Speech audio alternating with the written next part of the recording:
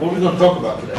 I'm going to be interviewing you today. Okay, any particular topic, or are we just going to do a broad interview? Like a broad. Okay, all right, fire away. How long have you been a police chief? How long have I been a police chief? So I have been a police chief, it was 5 years, July 4th weekend. I did 25 years in the Richmond Police Department. I left there as the assistant chief. I came here, I think it was July 2nd, to Newport News, and I just hit my 5th year anniversary just about a week and a half ago. So 5 years as the chief there in Newport News. In the last 5 years, how do you think your communities has changed? I think the biggest thing that I hope that I have brought here is community outreach and being in the community, getting out in our vehicles and interacting with our citizens. I think that's important. A couple things that we've done here to re-engage our community and interact more with our community is a couple things I'm proud of. We have a young adult police commissioner program. So that is a freshman, a sophomore, a junior, and senior from every high school. So every Wednesday, we meet with 24 students in this room or in the community room, and we talk about, it's kind of, we call it like bringing youth to the conversation. So we talk about equity, we talk about diversity, we talk about race relations, we talk about policing, we talk about what young people want to see from their community, from their city, from city leaders, from the police department. We also talk about what police officers want to see from youth. Those kids have gone on walks with me in the community after some bad things have happened. We've gone to meet the mayor, we've gone to talk with city council, we go to work, do things at the food bank, we have some kickball games and stuff, but I really, really enjoy working with young people. They look at things differently, they keep me young, but I really, really enjoy that. We, in our promotional processes, if you want to get promoted to a sergeant or a lieutenant or a captain or even an assistant chief, before it was just a one-on-one interview with the chief. Now I do more of a panel, and one member of that panel is in the community. So we would have, we've had the director of the Boys and Girls Club that come and help select our next lieutenants. We've had someone from the NAACP help select our sergeants. I have had business professionals that come in and have helped select, and pastors select our assistant chiefs. So I think bringing those things, and then we have a use of force review board that is made up of 5 citizens and 4 officers. So instead of it just being all citizens, or instead of just being all officers, it's bringing those 2 entities together to work together about how we do things better. So how do I think it's changed? I think that we have a better relationship with our community. I think that our citizens trust this police department. Doesn't mean that we don't make mistakes. I make them every day. But I want to create an atmosphere that it's okay for us to say we're sorry. You know, we didn't do this right. We made a mistake here. Or we may disagree, but this is how we were trained and this is why we responded this particular way. And then I hope that we've brought more training into the department and created some different opportunities. We created a whole community youth and outreach division that we never had before that focuses on outreach and youth. We've restructured the department instead of just having 7 detectives that focus on every homicide, every shooting, every overdose, every death. That now we have an aggravated assault division and a homicide division that's made up of 10 detectives instead of 7, and 8 detectives in our aggravated assault. So you spread that load out. So it's kind of like I got to do 10 things in a week, or if I got to do 4 things in a week, I'm going to do those 4 things better because I have more time. If I do 10 things, so I think we've gotten better on our clearance rates on cases that have happened and we've solved. Where I still think we struggle is we still have too much violence in our city. There's too many individuals that suffer gunshot wounds. There's too many homicides in our city. But that's something that I don't believe that police can fix on themselves. Oftentimes when those things happen, we're called and it's already happened, we're responding. Then we've got to do a better job as a city, right, as a city to try to deter that behavior. I think groups like the Boys and Girls Club play a big role in that. Where do you spend most of your work? Oh, wow. Anywhere but my house where I live, right? Somebody said, Chief, we want to mail you something. Just mail it to the department because I'm always here. Most of my work day, I would say during the day, I'm usually here at police headquarters going up and down the 3 floors. or going to meetings back and forth somewhere in the city. In the evenings and on the weekends, it's all out in the community. I try to go to a lot of events. I don't know if you're a football fan, but all the high school football games are played at Cobb Stadium. So every Friday, myself and Chief Grinstead, we go to every football game in the city, and we do at least 1 or 2 laps. We talk to the officers that are working and individuals that are there. I enjoy going to baseball games and basketball games.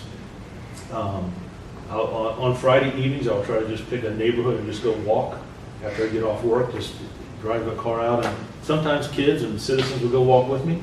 Sometimes people will look out their door and wave, but they won't come out and talk to me.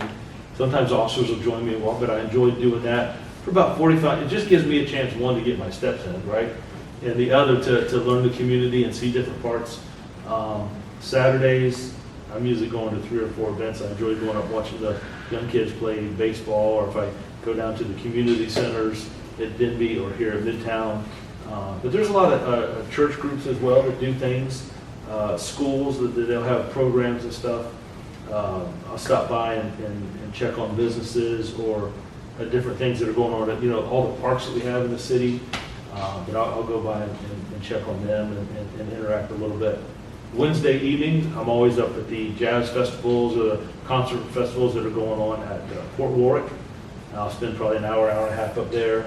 But that's really time for me to just kind of get out and interact with young people, our citizens, and not be tied to the office where things just go like this, all day long.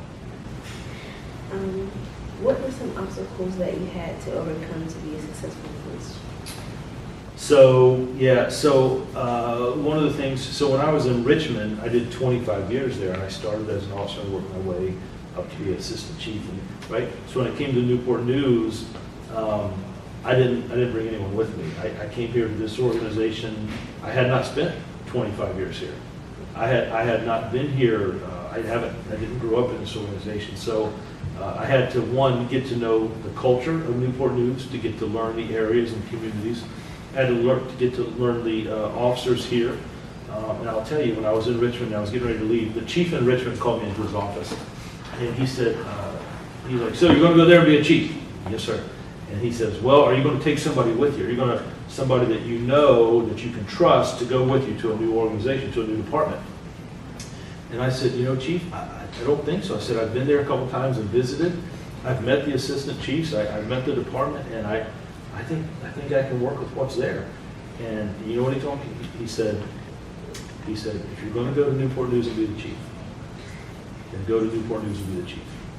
And I was like, what do you mean? He was like, they didn't hire you to go and give everybody what they want. They didn't hire you to go and whatever schedule people want to work, or whatever cars they want to drive, or whatever uniform they want. They didn't hire you for that. They hired you for the things that they've seen in you, who you are, and they hired you to be the chief of their city.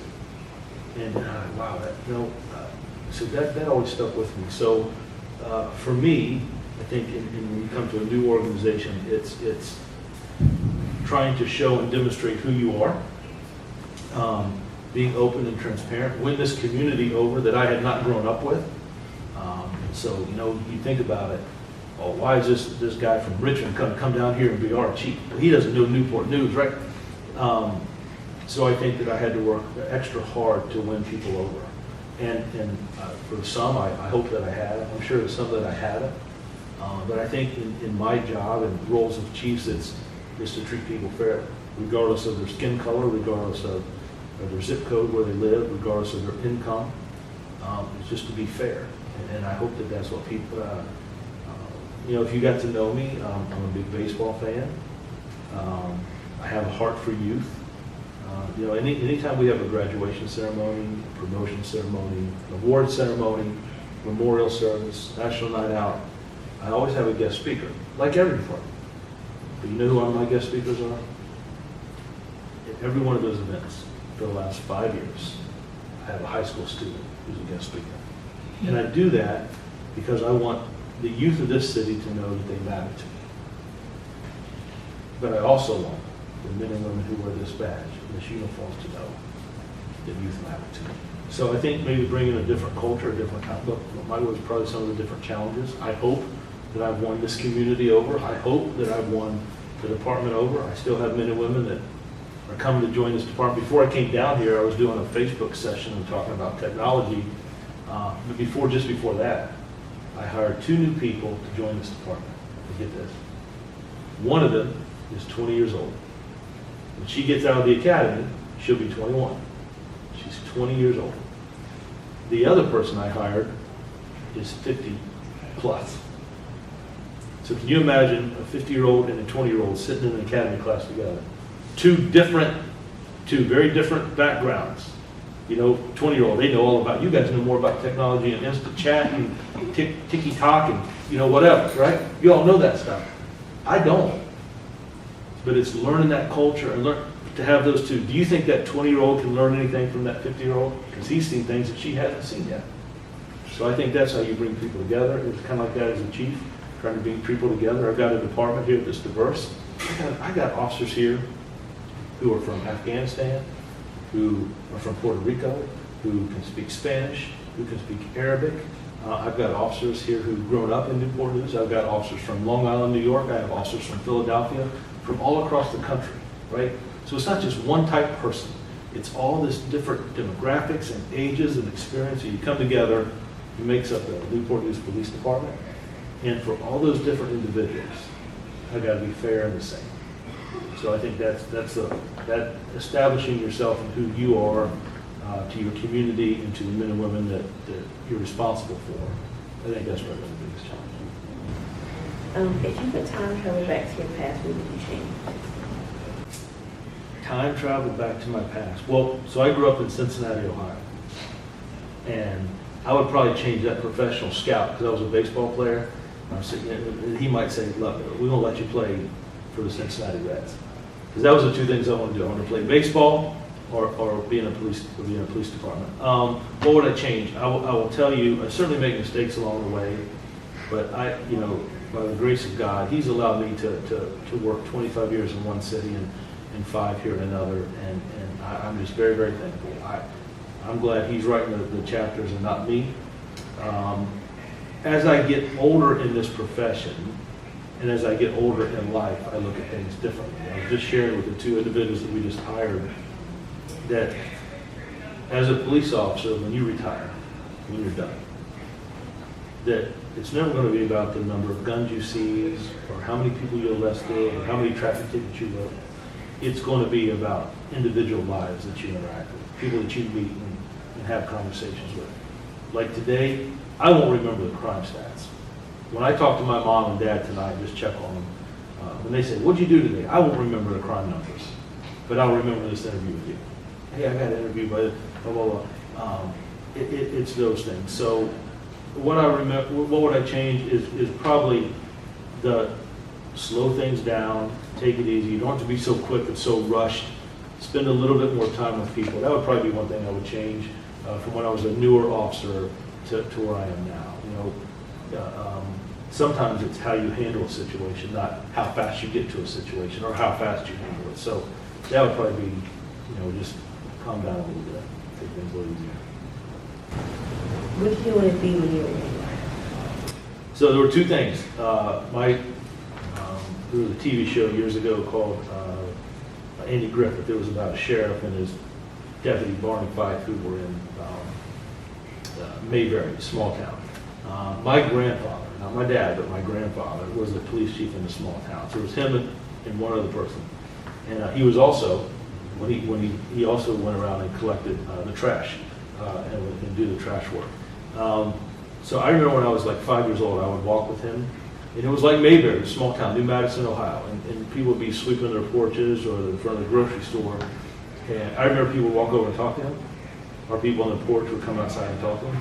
And I remember him putting his hand on my shoulder and telling me, he'd say, son, my grandfather, son, it's always about how you treat people. That's what makes a difference. So that and loving baseball, I wanted to play baseball for the Cincinnati Reds. You might have guessed that didn't work out for me. So being a police officer is something always that I thought about. When I remember my first day in the academy in Richmond, the instructor came in and was like, all right, we're going to go around the room, and I want to know what you want to do in this profession. And some said I want to be a canine officer, some said I want to be narcotics, some said I want to be a homicide investigator or some one of these special victims. Drew, what do you want to do? And I don't know where it came from, but I said, I want to be a chief of police someday. And the whole class looked at me like, maybe I shouldn't have said that. But you know what? I remember that. My friends who were in that academy class with me 30 years ago, they still tease me about that. But by the grace of God, I give them the credit and glory that here I am. And they're like, man, you did it, you know, and certainly had a lot of help along the way. How did you become a police? Because of my grandfather, because of that interaction, his influence. What is your advice to the youth about police? Wow.